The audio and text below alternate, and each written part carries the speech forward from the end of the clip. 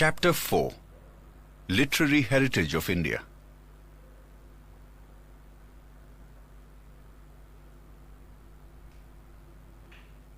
Introduction. Man took help of expressions, symbols, drawings, and sounds to communicate his thoughts, ideas, feelings, and emotions to others. This led to invention of dialects and scripts. This script contributed to the development of language. Over a period of time, language was being used for expression of thoughts. The constructive use of language led to creation of literature. From ancient time, Indian literature is known for its diversity and uniqueness. Indian scholars divided ancient literature into Vedic and classical literature. Besides this, some folk literature was also popular.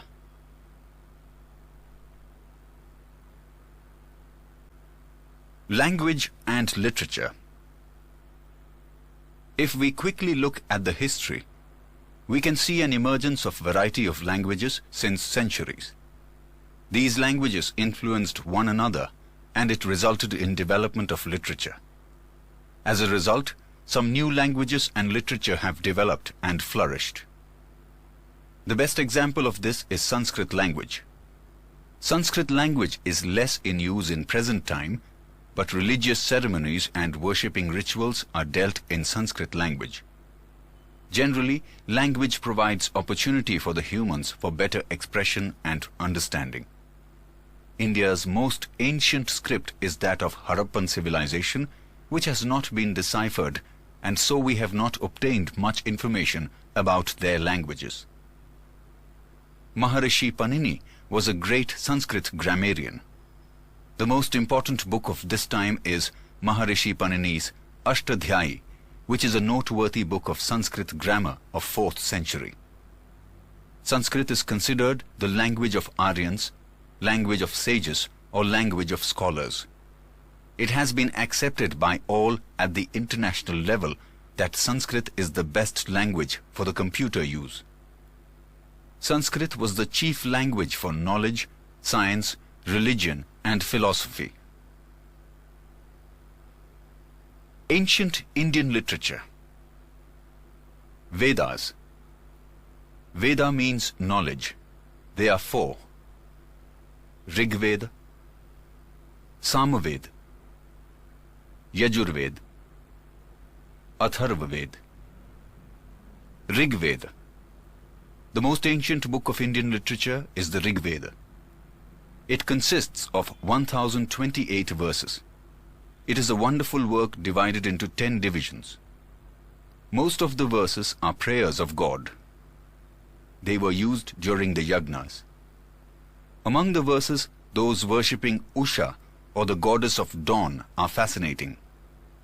This work describes political, social, and religious matters of Aryans who were residing in the region of Saptasindhu. Samaveda. 3 other Vedas were also composed after Rig Veda. Out of them, Samaveda was composed to focus on the process of recitation of verses. Hence, it is known as the Gangotri of music. Yajurved. It is called a Veda of Yagnas. It is composed in both the forms prose and verse. This describes the hymns recited at time of yagyas, the religious practices and rituals. Atharva Veda.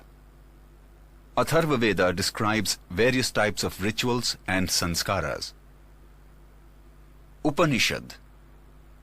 The Upanishadic literature gives us a vivid description and analysis of the beginning of the universe, the mysteries of life and death, materialistic and spiritual world, etc. Bruhadaranya and Chandogya are the earliest of Upanishad in the dialogue form. They are 108 in all, as mentioned in Muktiko Upanishad. Brahmanical literature. Many Brahmanical epics were composed to understand the meaning of Vedic literature. Any critical appreciation based on Vedas composed in the poetic form are included in Brahmanical literature. Vedic literature and directive principles regarding behavior have been explained broadly. Aranyakas. Aryans used to spend their last phase of life in Aranyakas, making their ashrams in Aranyakas or forest. They composed literature based on philosophy, which was the result of their deep thinking. It is known as Aranyakas. Vedangas. The Vedangas literature deals with the religious practices and rituals, grammar, astrology, and astronomy. The Ramayana and the Mahabharata are two great Indian epics. The present form of these epics can be traced back to the 2nd century. The Ramayana has the story of Ramchandra, the king of Ayodhya. The Ramayana is the smaller epic than the Mahabharata. It narrates many attractive stories of adventure. The Mahabharata is the world's largest epic, has 1 lakh verses. This describes the war between Kauravas and Pandavas. Besides, it also consists of numerous stories. The Bhagavad Gita, a part of Mahabharata, expounds the deep philosophical principles.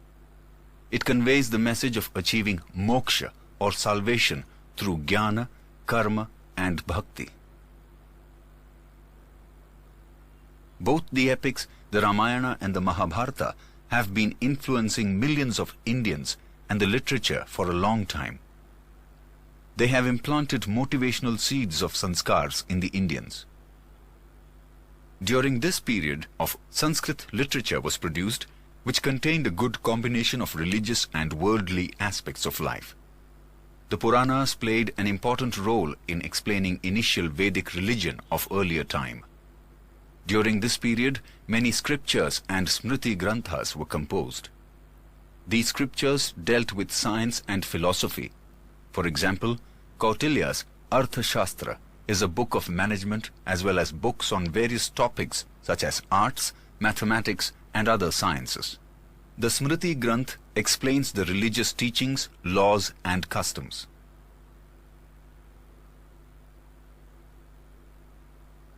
The earlier Buddhist literature was written in Pali. As it is divided into 3 sections, it is known as Tripitaka.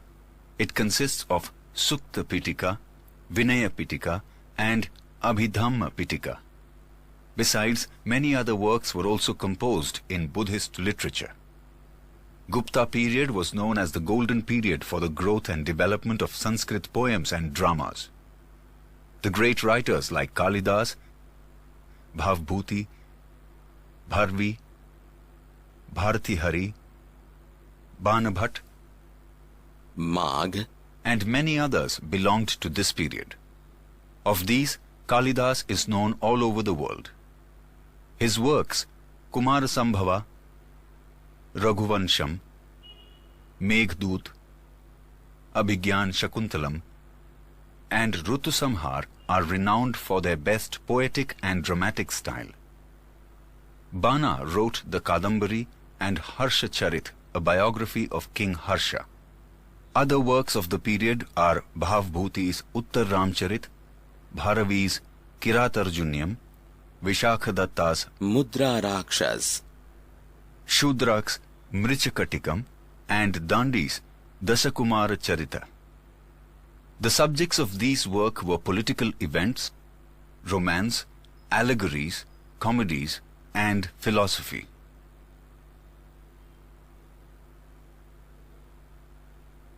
In ancient times, verses were composed in earlier form of Gujarati language. In the course of time, Gujarati language developed and many literary works were composed in it. The heritage of Gujarati literature was made prosperous by literary contribution of Narsin Mehta, Mirabai, Dayaram, Akho, Premchand, Pritam, and others who composed beautiful verses, songs, garba, narrative poems, and chappas, etc. After that, the scholars like Narmad, Naval Ram, Kishorlal Mashruwala, Pannalal Patel, Umashankar Joshi, Mahipatram, Ruparam Nilkant, Govardhan Ram Tripathi, and others enriched Gujarati literature with their works. The four Dravidian languages, Tamil, Telugu, Kannada and Malayalam, developed their own scripts and literature. Tamil is the oldest of these, with its literature belonging to early centuries of the Christian era. According to tradition, 3 literary gatherings and sangams were held at which many sages and poets recited their compositions. They contained many themes like politics, war, and love. The famous works of this body of literature includes Etu Thokai, composition of 8 poems Tolkappiyam, or grammar, and the Pathupatu, 10 songs. Tiruvalluvar wrote the famous Kurul, which in verse deals with many aspects of life and religion. Medieval literature. During the beginning of medieval age in North India, the language of literature was Sanskrit. So, the great works were composed during this period were in Sanskrit. In this age, 2 great works were written in Kashmir. First was Somadeva's Katha Sarit Sagar, and second was Kalhana's Raj Tarangini. These are the first historical books of India. Another famous work of this time is the Geet Govind by Jayadeva, which is one of the finest poems in Sanskrit literature. As we have said before, this was the period when the Apabharams languages had started developing into modern Indian languages. One of the earliest works in an early form of Hindi was Prithviraj Raso by Chandabadrai. The work that marks the beginning of Hindi literature deals with heroic deeds of Prithviraj Chauhan. In this time, Sanskrit literature made great stride in South India. For some time, Jainism influenced Kannada literature. The poet Pampa composed Adi Puran and Vikramarjun Vijayant. The poet Ponna wrote Shanti Puran, describing the life of 16th Jain Tirthankar. The poet Rana composed 2 books, namely Ajitnath Puran and Gadha Yuddha. The poets, namely Pampa, Ponna and Ranna, are known as the trio of early Kannada literature.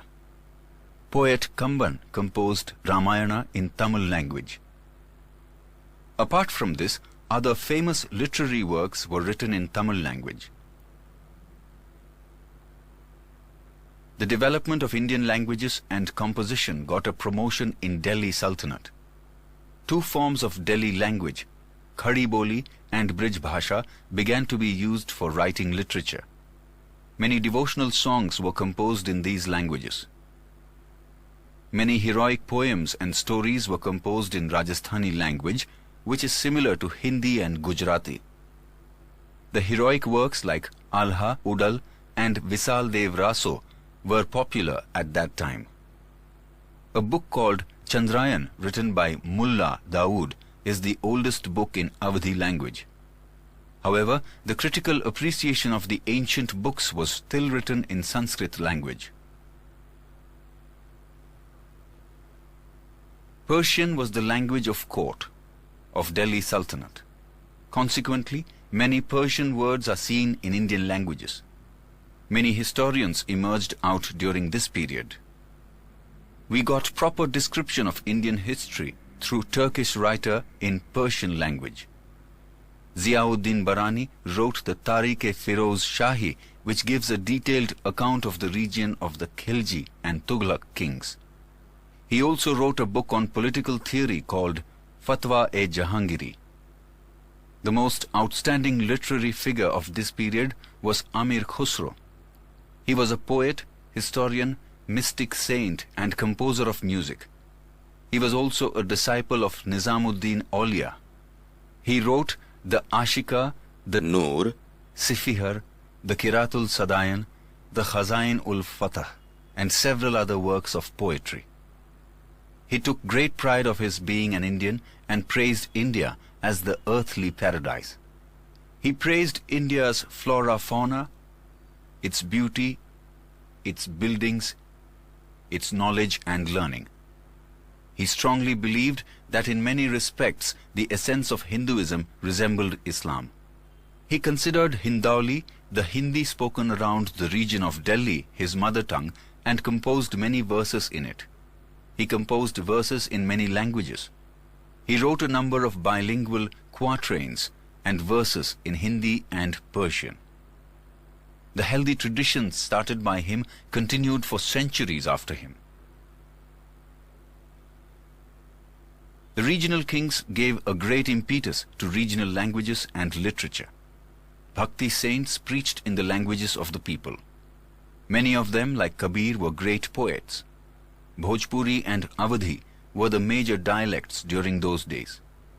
The works of Kabir are chiefly composed in Sadhu Khadi. Among them, Kabir's dohas have become a part of folklore. Malik Muhammad Jaisi wrote Padmavat in Awadhi. There are many other poets of Awadhi in this period. Moreover, the well-known Ramcharitmanas by Tulsidas was written in Awadhi. There were many other writers of Awadhi language. Besides Hindi language, literature in other languages also developed. In Bengali, the Ramayana by Krita Vasa and the hundreds of lyrics by the famous poet Chandidas were written under the patronage of the rulers. With Saint Chaitanya's, the tradition of writing devotional songs began. Narsin Mehta wrote devotional songs in Gujarati and Namdev and Saint Eknath in Marathi. There were important developments in Kashmir under Zainul Abidin, under whose patronage many Sanskrit works like the Mahabharata and the Rajatarangini were translated into Persian. In the reign of kings of Vijayanagar, Sanskrit literature continued to develop. However, this was an important period for the growth of Telugu literature. Raja Krishnadeva Rai, the great king of Vijayanagar, was also a Telugu and Sanskrit writer. He wrote the Amukta Malyad. As in art and architecture, the Mughal period also saw a great development in literature. Babur, the first Mughal ruler, was one of the pioneers of Turkish poetry and also the author of a very valuable autobiography, Tuzuk-e-Babur in Turkish, which was later translated into Persian entitled as Babarnama. Gulbadan Begum, sister of Emperor Humayun, wrote Humayun Nama. Jahangir wrote his great autobiography, the Tuzuk-e-Jahangiri. Aurangzeb also was a prolific writer, and the last Mughal emperor, Bahadur Shah Zafar, was a notable Urdu poet. Hindi literature made significant progress during Akbar's reign. Tulsidas and Surdas wrote in this period. The great poet Keshavdas wrote on love and separation. Rahim's dohas are still popular all over India. Many noteworthy books were written during this period. Abdul Fazl wrote the Aine Akbari and the Akbarnama. Aine Akbari Gives details of Indian customs, manners, religion, philosophy, economic condition, and almost every aspect of life. As a historical work, it is perhaps unparalleled. Abdul Fazl's brother, Faizi, was great Persian poet, and he translated many Sanskrit works into Persian. Akbar had established an independent department for translation of Sanskrit works like the Mahabharata and the Ramayana, the Atharva Veda, the Bhagavad Gita, and the Panchtantra. One of the most significant developments during the medieval period was the birth of Urdu language. This new language soon developed into one of the richest modern Indian languages. It produced great poets like Wali, Mir Dard, Mir Taki Mir, Nazir Akbarabadi, Abdullah Khan, Ghalib, Iqbal, and others.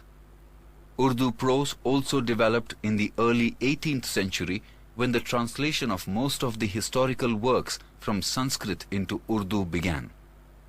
At the same time, original prose work in Urdu was written. Muhammad Hussain Azad's Darbar-e-Akbari is one of the best works of Urdu language. The ancient universities of India. Nalanda. Ancient Nalanda University was situated at Badgaon village of Patna district in Bihar. The Nalanda gave more importance in Buddhist and Jain traditions. This ancient university also became pilgrimage of Jains as Mahavir Swami had performed 14 Chaturmas here. In the 5th century, Kumar Gupta had built a monastery here. Since then, fame of Nalanda had increased. There were thousands of priceless treasures of manuscripts. This was a pious place of Indian culture. Students from various parts of the world used to come here for study. The great traveller Hyun Sang also came here. Today, only the ruins of the great university remain. But amidst the ruins, one can also visualize the glorious culture of India. A student who passed out from Nalanda was considered the ideal student of India. During 5th to 11th century, education was best at Nalanda, and in India at that time, the best libraries of the world were available. Many students of India and abroad used to come for study and research in the library of Takshashila as well as in Nalanda University. Huan Sang took 657 books from here to China. Huan Sang visited in the 7th century. There were 7 huge halls, rooms or sections in the university. There were 300 rooms for delivering lectures. Special monasteries were built for dwelling of students. Many villages were donated for university sustenance. Food and clothing facilities were provided free of cost from the earnings obtained from those villages. Its book repository or library area was known as Dharmganj. During 5th to 11th century BC, Nalanda was reputed as well as an esteemed center of education. Takshashila. Ancient University of Takshashila was located at Rawalpindi of present Pakistan. It was the capital city of ancient Gandhar region.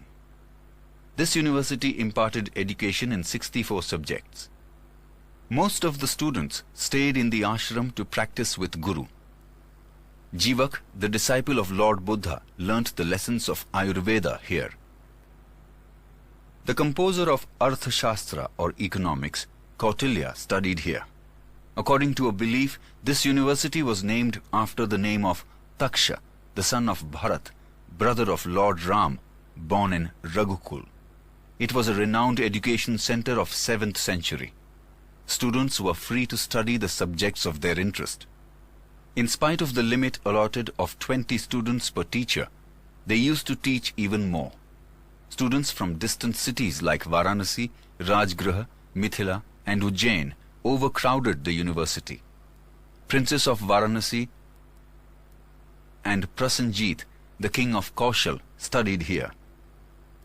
Also the great grammarian Panini and expert politician Kautilya got education from this university. Takshashila was the best center for higher education. Normally, students used to stay with Guru to practice. Education of Vedas, military science, Gajavidya, archery, grammar, philosophy, war lore, astronomy, astrology was given here. Chanakya, the mentor of Chandragupta Maurya, also studied here. Chinese scholar Fa Hien visited this university in the beginning of 5th century. Varanasi or Kashi. Varanasi was famous as one of the place of pilgrimages during 7th century. It was also the famous education center. It grew as the religious center for the Aryan culture in Upanishadic period. King of Varanasi, Ajatshatru, was a great philosopher of Upanishadic age and great supporter of education. It is mentioned in Vyas Samhita that Maharishi Vedvyas had his ashram in Varanasi. Lord Buddha chose Varanasi a suitable place for the propagation of his preachings. Potent philosopher Adi Shankaracharya had to move to Kashi to adopt the new principles of Vedantas. Vallabhacharya ji and Chaitanya Mahaprabhu, the pioneer of Pushti Marg, attained prestige for their Vaishnav sects in Kashi. Majority of scholar families of Punjab had to migrate to Kashi, while a few families migrated to Kashmir.